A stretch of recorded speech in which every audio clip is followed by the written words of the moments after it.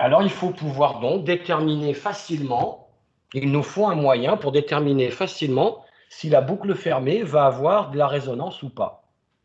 On est toujours dans la qualité de stabilité. Eh bien, pour ça, on va avoir besoin d'un outil pour déterminer la résonance de la FTBF.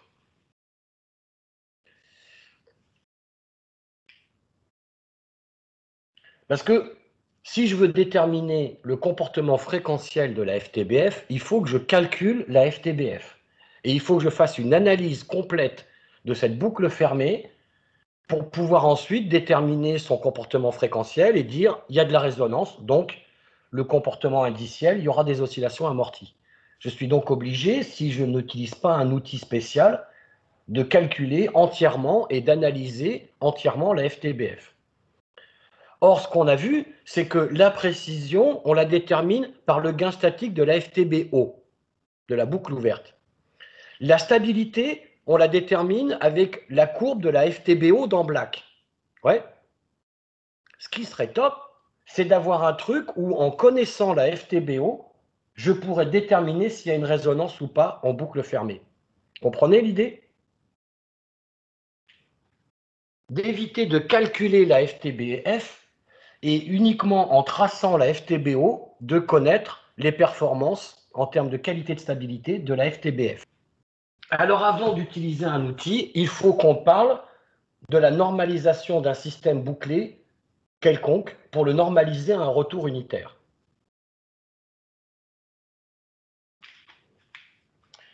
Puisque pour utiliser un outil universel, eh bien, on va normaliser l'étude d'un système bouclé quelconque. Donc, qu'est-ce que ça veut dire normaliser le comportement d'un système bouclé, enfin normaliser un système bouclé à retour quelconque en un retour unitaire? Eh bien, c'est en fait montrer, voilà, on va partir d'un système bouclé quelconque qui a une chaîne directe et qui a une chaîne de retour. Ça va? Ça, vous commencez à photographier. Hein, on met les petites flèches pour le sens de lecture. L'entrée, la consigne, l'erreur, la sortie. Que vaut la FTBO de ce système? D de P fois R de P. Hein, c'est la FTBO.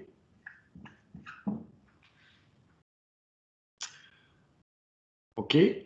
Quel est mon objectif? Mon objectif est de dire que ce que j'étudie là, je pourrais l'étudier avec un retour qui vaut 1.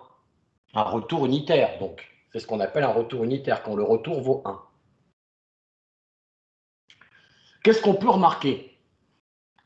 Que epsilon, c'est égal à quoi? Epsilon, c'est égal à E moins, ici, c'est R fois S, si vous vous rappelez. E moins R fois S.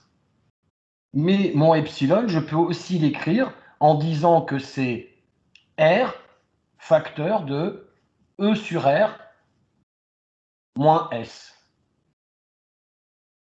On est d'accord que j'ai mis R en facteur, ça fait la même chose.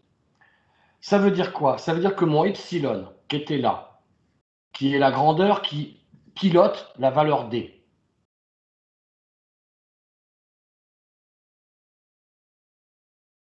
eh bien, je vais l'obtenir de la même manière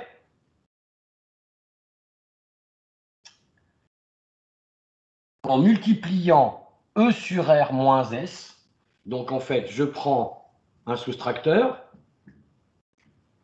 et ici, il me faut S pour faire moins S. Et ici, il ne me faut pas E, il me faut E que divise R.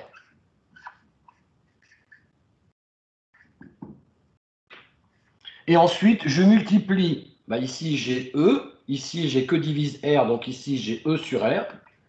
E sur R moins S. Ici, j'ai E sur R moins S. Et si je le multiplie par R, j'obtiens le même epsilon que tout à l'heure. Et évidemment, j'obtiens la même sortie qui a besoin d'être envoyée sans atténuation, sans être multipliée par R, puisqu'on a besoin de faire moins S. Et vous voyez qu'ici, maintenant, nous sommes bien à retour unitaire. Le retour se fait via 1. Et la FTBO de ce système, que vaut-elle? Eh bien, elle vaut toujours D fois R. Donc, vous voyez qu'on n'a pas changé la FTBO. Qu'on le représente comme ça ou qu'on le représente comme ça, les deux boucles ouvertes valent D fois R. Et que pour étudier ce qui arrive à ce système, eh bien, je peux le faire en étudiant ce qui arrive à ce système. Vous comprenez? Lui et lui se comportent identiquement. Je comprends pas l'intérêt du système du bas, monsieur. Eh bien, je vais en rediscuter. Eh bien, l'intérêt, tu vois, c'est que quand on a un système quelconque, on peut toujours le ramener à un retour de 1. Et ce qui va nous permettre de normaliser, en fait. C'est-à-dire d'étudier quelque chose qui sera valable pour tous les systèmes, mais qu'on va étudier en ayant un retour qui vaut systématiquement 1. Parce que ça va éviter d'avoir plein de cas de figure différents à étudier. Ok, mais du coup, on passe du système du bas au système du haut, pas l'inverse. Enfin, Bah, l'un ou l'autre. De ça, tu peux passer à ça, et de ça, tu peux passer à ça. ok. C'est parce qu'en fait, tu sais, quand on fait un système bouclé, R, c'est la chaîne de mesure, c'est l'appareil qui fait la mesure de la sortie. Donc lui, il a un certain coefficient, tu vois. Et donc ce coefficient, il change dès que tu changes l'appareil de mesure. Et ça peut être très variable. Ok. Ok. Ouais. Alors, et que du coup, bah ouais, ok, on dépend toujours du système de mesure, mais on peut toujours revenir à une étude où on a un retour unitaire. Et donc ça permet de normaliser l'étude. Ok. Ok.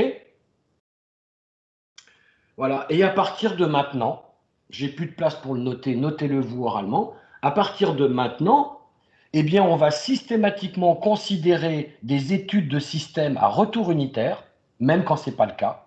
On va faire l'étude d'un système à retour unitaire. Et si après, dans la réalité, ce n'est pas tout à fait le cas, eh bien, on refera le basculement, mais on va étudier, notamment pour la qualité de stabilité, on va étudier systématiquement des retours unitaires. OK? On va parler du pourquoi juste après, encore, je reviendrai là-dessus. Pourquoi on a intérêt à normaliser comme ça un système quelconque à un retour unitaire. Ça permet d'avoir une analyse systématique, en fait, qui marche tout le temps, avec un seul outil. D'accord? Mais par contre, on est d'accord que de mettre le système sous forme à retour unitaire, Oui. ça n'a d'intérêt que pour déterminer la résonance qu'on va voir là. Mais Oui, réellement, c'est pas. oui, exactement. D'accord. C'est bien ça. C'est bien ça. Ça va simplifier aussi l'étude de la précision, mais l'intérêt, c'est de pouvoir utiliser un outil correct et universel pour la résonance de la boucle fermée, donc pour la qualité de stabilité. D'accord? Ok. Ben justement, on va en parler maintenant de cet outil.